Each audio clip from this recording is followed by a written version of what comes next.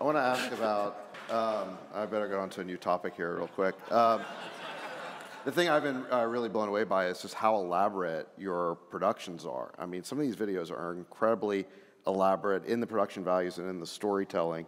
The one that comes to mind for me is the Squid Game series, which, I mean, that looked like monumental logistically to pull off and in terms of set design and every other way.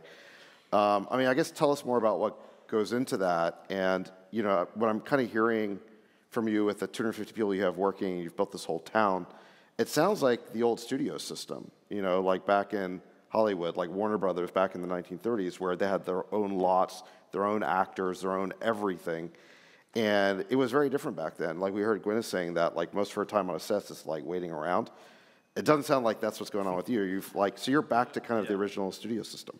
Yeah, exactly. I mean, like I said, the beauty is we don't have a studio that tells us what we can or can't do, or you know, the distribution or anything. It's just we own it all. So we just make whatever videos we think will be viral, and you know, obviously we have the direct connection. And so the big thing is like obviously YouTube, you know, at the moment you don't make that much from ad revenue. So to do these big multi-million-dollar videos, it's just not really possible. Which is why doing things like Feastables and other products to generate revenue on the back end is why we're able to do that, and other people aren't. Because it's like, you know, even if you get 100 million views on a video, the RPM's $5. It's only 500 grand. You know what I mean? So it's not that crazy. Which is why people aren't able to do these big budget spectacles like we are.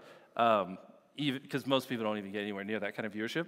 And so it's like the beauty is creating the model where we turn around and we use that to sell products, sell a couple 100 million of that a year, and then we use that to put it back into the content. Is there pressure to tone down like the consumerism or the giving away money? Mm-hmm. Like I'm sure there's a faction of people that either find that offensive or they think it's exploitative. How do you deal with that? No? No, not really, to be honest.